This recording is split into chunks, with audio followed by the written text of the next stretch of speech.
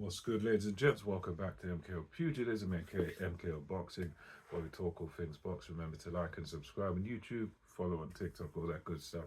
So yeah, let's get into it. So this one is just going to talk very briefly about Alexander Usyk's hit list for his last three fights, based on what he said on the Ring magazine interview.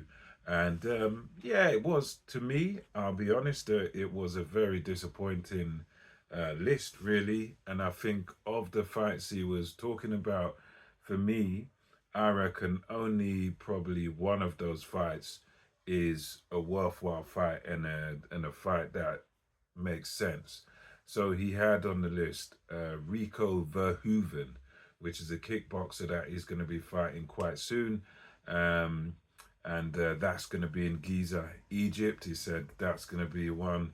And he then also admitted what we all know, which is that this Verhoeven guy, while a very good kickboxer, an exceptional kickboxer from what I understand, he's not a boxer, and therefore he's obviously not a good boxer, and therefore he's obviously not a challenge or a threat to Alexander Usyk unless this was a this was a kickboxing match. So he's no threat. It's nothing really interesting about that. Only if Usyk slips up or he doesn't prepare or something like that. That's the only way this could be interesting. So that's crap fight, really, just a novelty. But he wants to do it. Then he said the winner of Fabio Wardley versus Daniel Dubois. Now that fight again could be an interesting fight, but it's a fight that has a question mark over it because it's only an interesting fight and only a worthwhile fight if Fabio Wardley is the winner.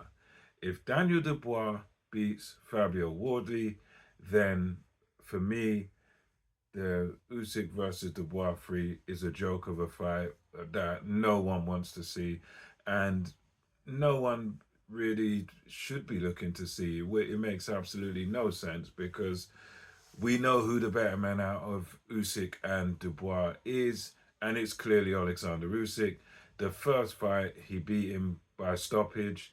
The second fight, he knocked him out even quicker than the first one. So there was no arguments. I mean, of all the rounds that they've done together in both fights, Daniel Dubois may have won 2 rounds or 3 rounds out of both fights put together.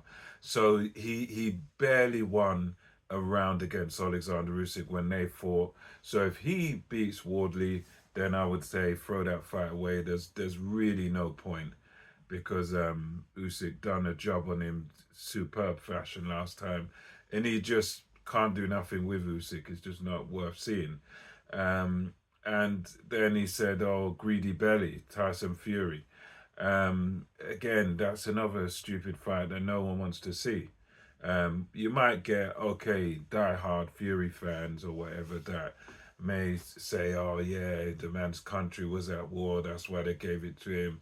Oh, it was a robbery." But anyone looking at the Fury and Usyk fights objectively will see that he nearly got taken out. He nearly got knocked spark out in the first fight and comprehensively lost it. And then he also comprehensively lost the second fight.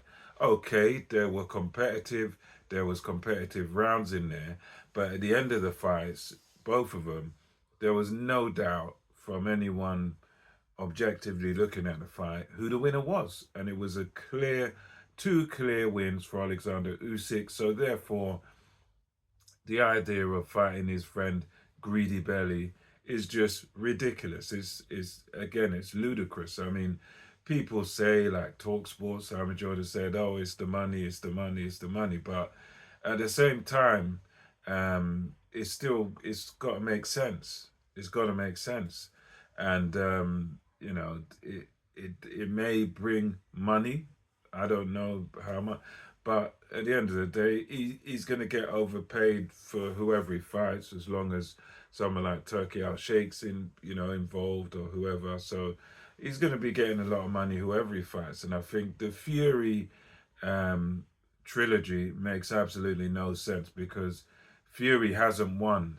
He didn't win either one of the two fights, so he doesn't actually deserve another shot at Usyk. I think the only way the Fury fight would make sense is if Fury deals with Makhmudov well and then beats another couple of contenders or out there. You know, let's say Fury fights Caballero and Fury beats Caballero, or Fury beats the winner of Dubois versus Fabio Wardley. If Fury can do things of that nature and beat someone who's up there to beat a Fabio Wardley, a Daniel Dubois, you know, anyone of that nature, where probably I would say probably a Caballero or a Wardley, or even a young Moses Itama who's up and coming, who's the next big thing. Some people are saying, you know, if Tyson Fury can do a good job on certain guys in the division, some of these top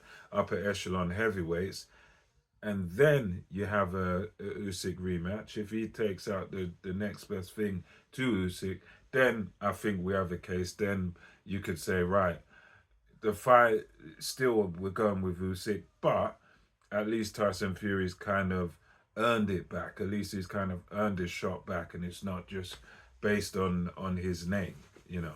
So yeah, that's my thoughts on it. I think as I say, only one of them fights Usyk's talking about makes sense, and that's the fight with the Wardley versus Dubois winner, and that's only if Wardley wins. I think if Dubois wins, it's another pointless one. I think the Fury free fight is pointless unless Tyson Fury actually beats a couple of guys consecutively that are up there, the number 2 or whatever guy to Usyk. I think that's the only way it makes sense. But let me know your thoughts, and until next time, it's MKO Boxing, over and out.